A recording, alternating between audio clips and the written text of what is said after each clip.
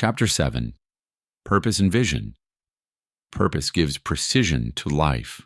Whenever I go on a trip, my secretary hands me an itinerary of what lies ahead. It lists where I will go, who I will see, how long I will stay, and where I will go after I leave that place.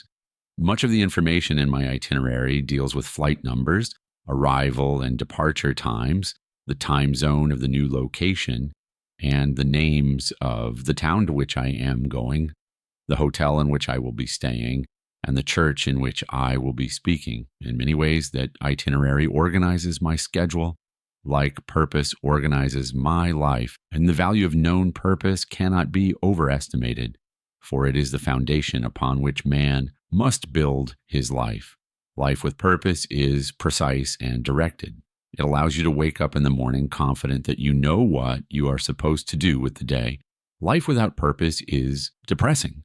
Much needless energy is expended, and much time is wasted as you move from one activity to another, busy but not focused.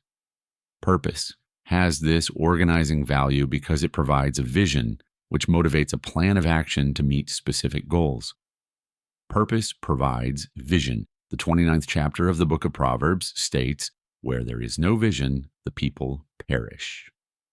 Proverbs 29:18, AKJV. The New International Version translates this verse as follows, "Where there is no revelation, the people cast off restraint." This is true because purpose provides a reason for existence. It encourages maximized performance toward an intended result. Or to say it another way, purpose is destination, the end toward which something exists, and predestination going back to start after seeing the outcome. When you know the desired end before you begin the journey, you are much more likely to stick with your task and stay on the prescribed path. Apart from purpose, direction is lacking and nothing of importance happens. Vision, then, is the direct result of purpose, providing the impetus to act on the direction set by purpose. Defining vision. The most common understanding of vision is seeing, though that is not a completely accurate definition. Vision is more than seeing, for it moves beyond mere physical sight. Although the Greek word optica, from which we get the words optical and optician, both of which deal with the eyes, is sometimes used in the New Testament to refer to vision, hazons, and the most common Hebrew word for vision means both to see and coming into being. Thus, from a biblical perspective, vision is the ability to see the end from the beginning. Webster defines vision as the ability to perceive something not actually visible, as through mental acuteness or keen foresight. Thus, vision looks not at what is presently happening, but at what could or should be happening.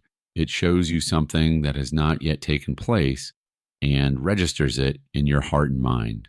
Vision is also unusual discernment or insight, since it presents a picture of the unseen and convinces you that it will come to pass. Vision never stands alone. It always originates from a known purpose. Vision is a glimpse of purpose. Vision sets goals, which motivate a plan of action. The primary value of purpose is the translation of vision derived from purpose into a plan of action. This occurs through the setting of specific goals. The presence of goals allows for both the development of a plan and the effective use of energy, as all efforts are put into the fulfillment of the purpose. Purpose maximizes energy and gives time meaning. Purpose protects you from being busy but not effective. Or to say it another way, purpose that is translated into a vision causes things to happen and people to act. This is true because purpose creates vision. Vision produces goals. Goals permit the development of a plan, and a plan allows for an orderly journey. Picture for a moment a train station with no tracks. Far in the distance walks a man coming towards the station. Under his arm he carries wooden planks that he is throwing down before him, building the tracks to the station. The man's goal is to use planks to build a track to the station, which is his desired destination. His vision is the completed track, and his plan is the building of the track by throwing down the planks. Thus, the realization of his goal through the implementation of his plan will take him from his present position to the desired end, so that his vision of the completed track and his purpose of reaching the station are fulfilled. Goals are steps toward a desired end. Goals are steps toward the attainment of a larger purpose. They create priorities, determine decisions, dictate companions, and predict choices. Together, they form the preferred flight plan to the desired destination. Let's examine how this process works by using the image of an airline ticket and the company that stands behind it. Goals create priorities, determine decisions, dictate companions, and predict choices long before I can book a flight or receive a ticket for a specific destination. Some person had a purpose that gave birth to a vision that led to the setting of goals and the development of a plan. A purpose to provide safe air travel in the Western Hemisphere with quality service at affordable prices may have been prompted by too many business trips with extended layovers, canceled flights, and delays caused by mechanical failures. In any case, the founder of an airline considers the possibility of starting a new airline and purposes to do so. This purpose leads to a vision of planes servicing the entire Western Hemisphere, flying from Canada to Argentina and everywhere in and between. And in his mind's eye, the soon-to-be airline executive sees his company's insignia on airplanes traveling throughout South America, Central America, the Caribbean, the United States, and Canada.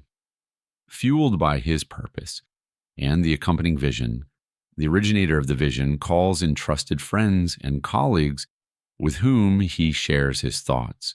Others catch his vision, and a new airline is founded for the stated purpose of providing safe, economical, quality air service to the Western Hemisphere. Goals encourage the development of a plan.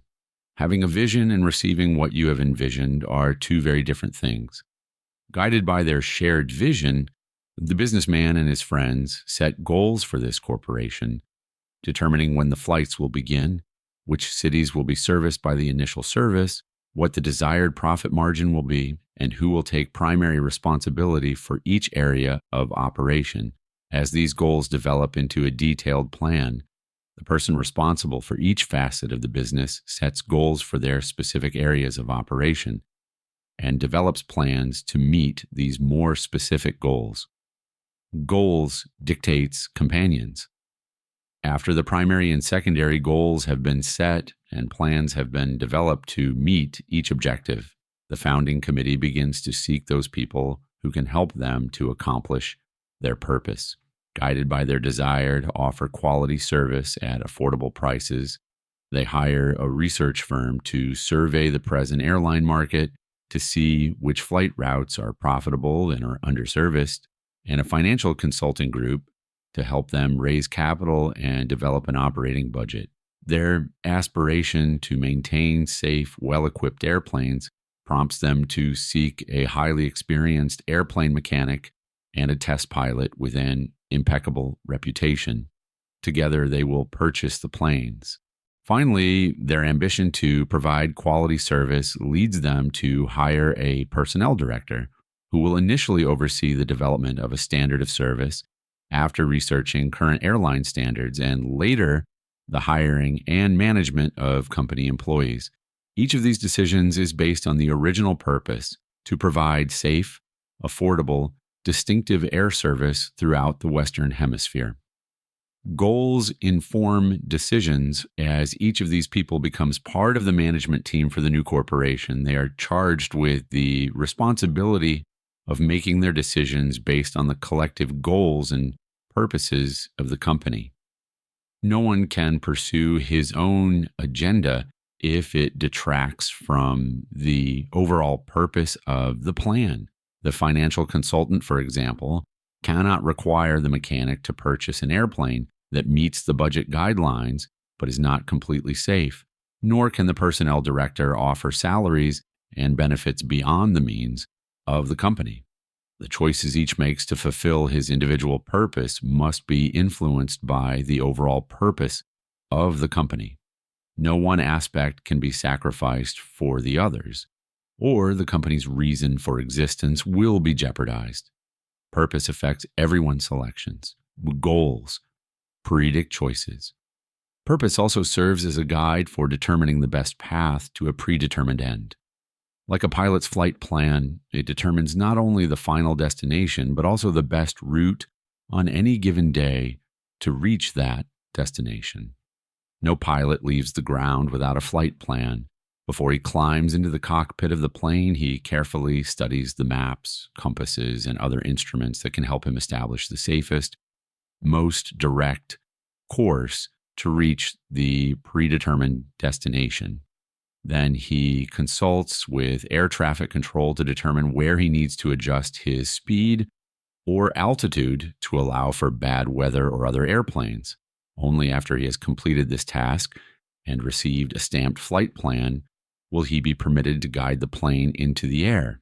Thus, when the pilot sits in the cockpit and presses the ignition to start the engines, he has with him both the end of the journey and the intended path to reach that end. Unlike a ticket holder who has only the vision of the final destination, the pilot knows both the final destination and the safest way to reach that airport. The choices he makes on the path to the final destination will always be guided by purpose and the goals related to purpose. Goals create priorities. Even as goals directed by purpose predict choices, they also create priorities. If the new airline sets the 1st of September as the target date to begin service on the West Coast of the United States, the research firm will not focus their attention on the East Coast. That sphere of service will not be a priority. Likewise, if the goals include the objective of purchasing planes by the 1st of July, the financial consulting group will have to make the procurement of funds a priority so that this can happen. Purpose informs goals, which define priorities. Purpose provides a measurement of progress as each target date on the master plan and the departmental plans passes. The executives are able to determine how well they are progressing toward their goal. If July passes into August and the mechanic and the pilot have not yet procured any planes, the target date of September for beginning service on the West Coast becomes doubtful. If, however, service on the West Coast begins in mid-August and additional planes have been purchased to begin service in the Caribbean, the organizing committee knows that they are farther toward fulfilling their purpose than they had expected to be at that point. Without goals guided by purpose and the resulting vision, they would know that they are making progress, but they would not have any idea whether that progress matches their plans for that specified time.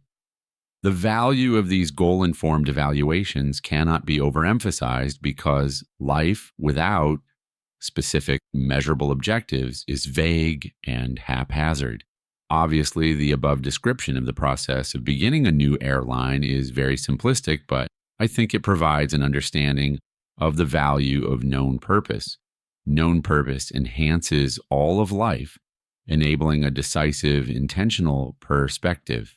This precise, deliberate perspective was visible in Jesus' life, in God's timeless plan. God is the source of all purpose. His plan to save mankind was the guiding purpose behind Jesus' coming to earth and all that he did and said while he was here. This purpose dictated his companions, predicted his choices, created priorities in his life, determined his decisions, and provided a measure for progress. Jesus made choices that fulfilled his destined purpose. Throughout his life, Jesus was guided by the Father's predetermined will. In his baptism, he formally began to walk in that way by choosing to be baptized to fulfill all righteousness.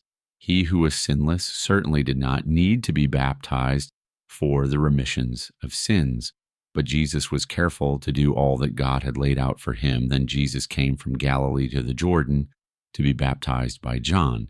But John tried to deter him, saying, I need to be baptized by you, and do you come to me?" Jesus replied, "Let it be so now. It is proper for us to do this to fulfill all righteousness." Matthew 3:13-15. His purpose predicted his choices. Again and again, the scriptures record that Jesus acted in a certain manner to fulfill what God had predestined. When Jesus heard that John had been put in prison, he returned to Galilee. Leaving Nazareth, he went and lived in Capernaum, which was by the lake in the area of Zebulun and Naphtali, to fulfill what was said through the prophet Isaiah. From that time on, Jesus began to preach, "Repent, for the kingdom of heaven is near." Matthew 4:12-14, 17. "Do not think I have come to abolish the law or the prophets. I have not come to abolish them, but to fulfill them." Matthew 5:17. The Pharisees went out and plotted how they might kill Jesus. Aware of this, Jesus withdrew from that place.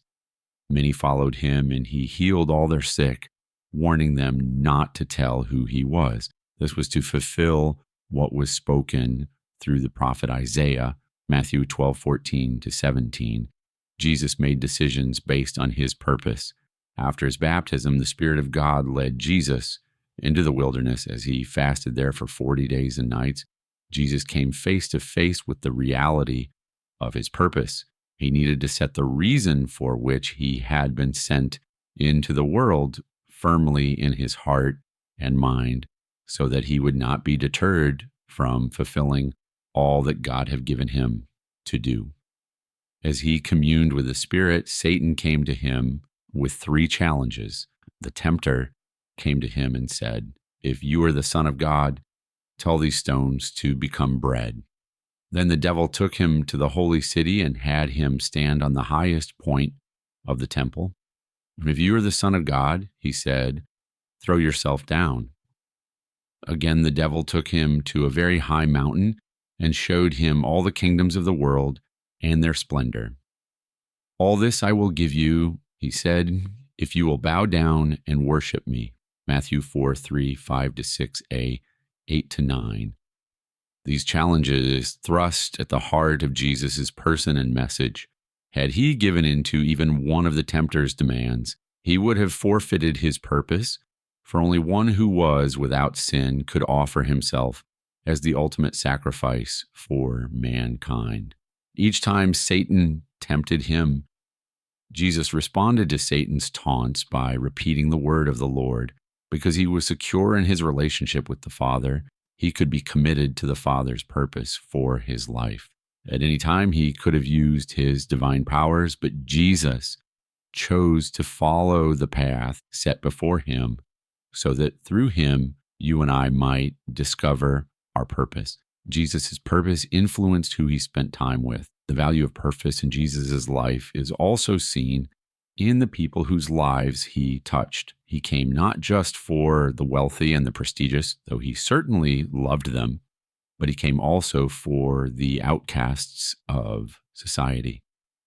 Jesus' compassion for these sinners was particularly evident in the parables of the lost sheep, the lost coin, and the lost son, Luke 15:1-32.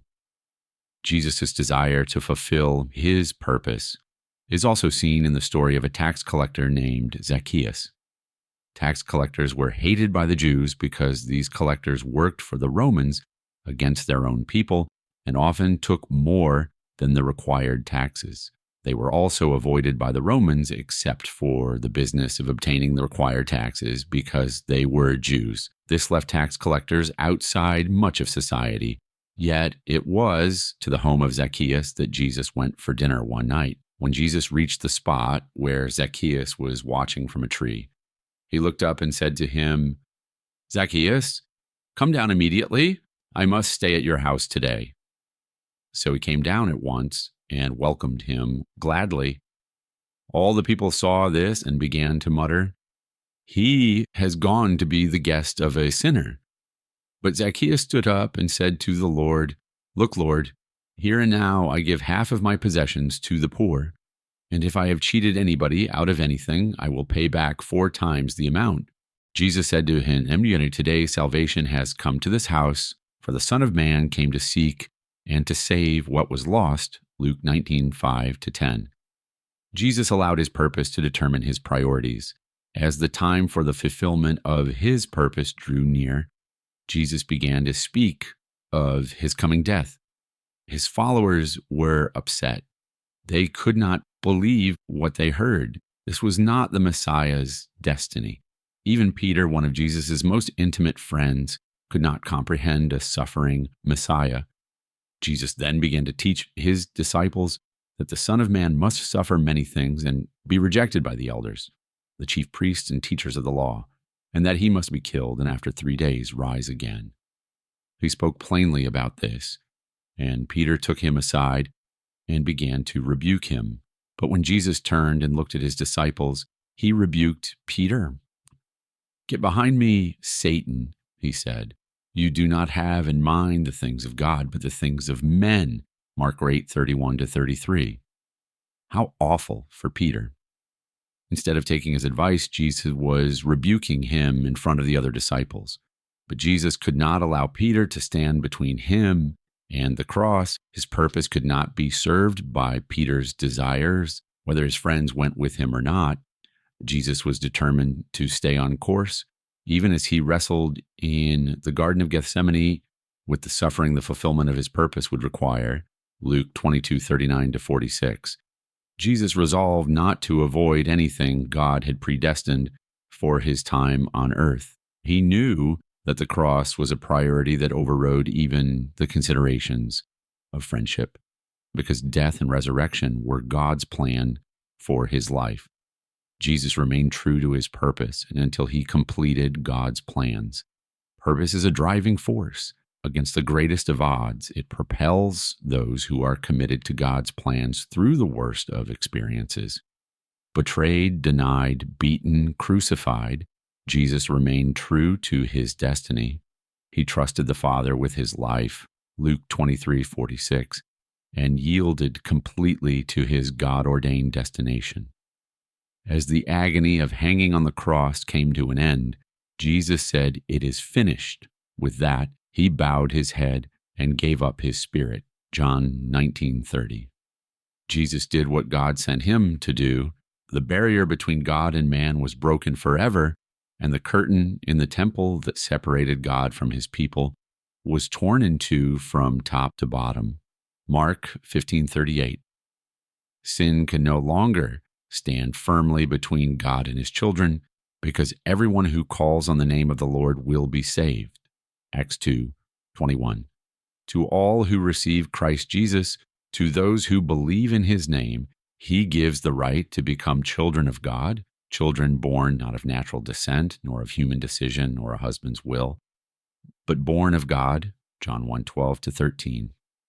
Purpose, the ultimate pursuit. Purpose is the most valuable treasure you can find because it takes you beyond temptations, misunderstandings, the unfaithfulness of family and friends, and even death itself. Thus, the passion for knowing and fulfilling purpose that was evident throughout Jesus' life must also be found in your life. Without that commitment to God's vision and the submission to God that allows him to empower all that you do and say, you will forfeit your reason for being. Choose now to make the fulfillment of purpose the passion of your life. Then set some goals to help you measure your progress. Finally, remain open to God's leading and direction as you follow his plans.